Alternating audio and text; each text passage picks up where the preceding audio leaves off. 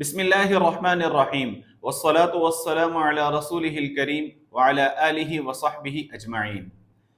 انسانی معاشرے کی بنیاد گھر سے ہے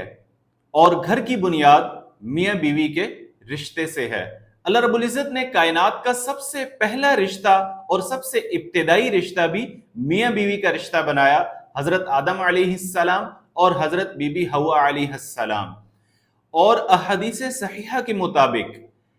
جنت میں بھی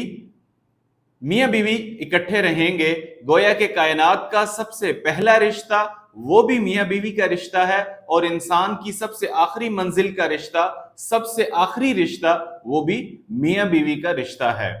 اب انسانی معاشرے کی بنیاد گھر ہے اور گھر کی بنیاد میاں بیوی کا رشتہ ہے، تو اللہ رب العزت نے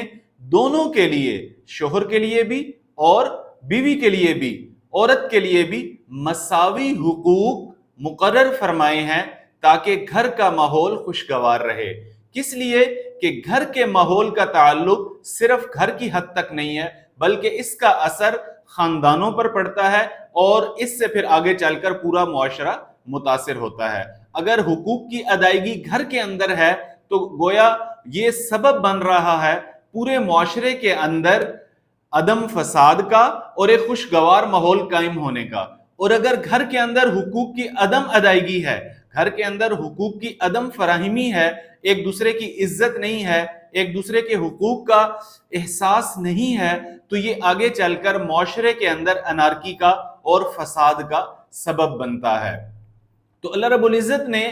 مرد کو بھی حقوق دیے ہیں، عورت کو بھی حقوق دیے ہیں، مرد کی بھی ذمہ داریاں مقرر فرمائی ہیں اور عورت کی بھی ذمہ داریاں مقرر فرمائی ہیں۔ اب جو مرد کی ذمہ داری ہے اس میں عورت کا فائدہ ہے، اور جو عورت کی ذمہ داری ہے اس میں مرد کا فائدہ ہے۔ اس طرح سے اللہ رب العزت نے حقوق کے اندر اعتدال اور توازن قائم فرمایا ہے۔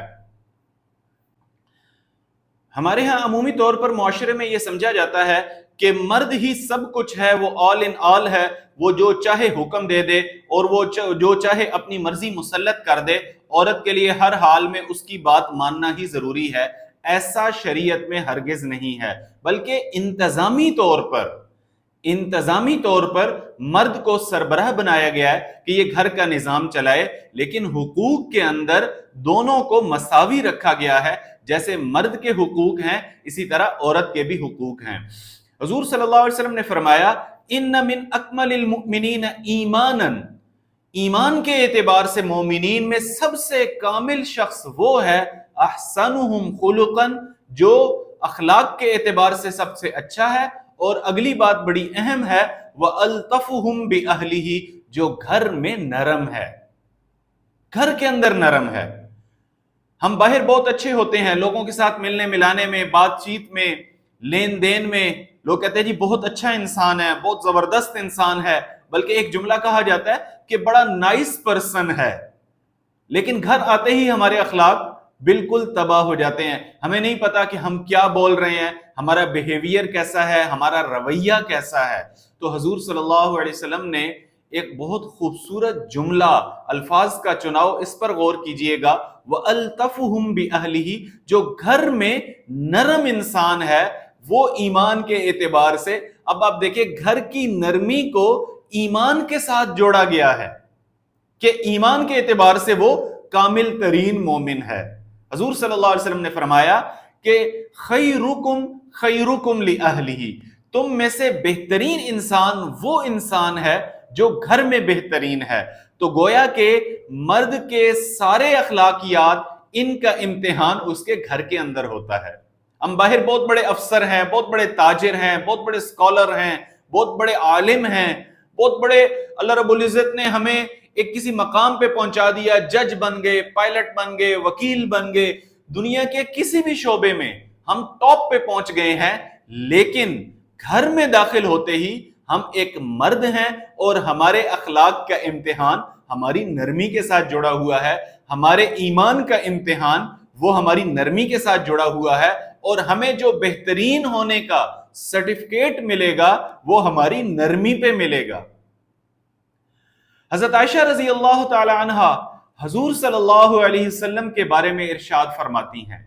دنیا کے سارے عہدے نبوت کے سامنے رائی کے دانے کی حیثیت نہیں رکھتے. جیسے قطرے کو سمندر سے کوئی نسبت نہیں، بلکہ ہو سکتا ہے کوئی نہ کوئی مناسبت جو قطرے میں اور سمندر میں نکالی جا سکے، لیکن دنیا کے سارے عہدوں کی نبوت سے کوئی مناسبت نہیں نکالی جا سکتی. تو کائنات کا سردار امام الانبیاء حضور صلی اللہ علیہ وسلم، آپ کے بارے میں حضرت عائشہ رضی اللہ تعالیٰ عنہ فرماتی ہیں کہ جب آپ گھر تشریف لاتے تھے تو آپ ایک عام سے انسان ہوتے تھے، گھر کے سارے کام خود ہی کر لیا کرتے تھے اور گھر والوں کی مدد فرمایا کرتے تھے اور نرم انسان ہوتے تھے اور گھر کے اندر انتہائی نرمی کے ساتھ پیش آیا کرتے تھے. تو سب سے بڑی ذمہ داری مرد کی یہ ہے کہ وہ گھر کا ماحول خوشگوار بنائے، گھر کے اندر قطعاً سختی نہ کرے. اسی طرح بیوی کے لیے سب سے زیادہ حق اس پر اس کے شوہر کا ہے.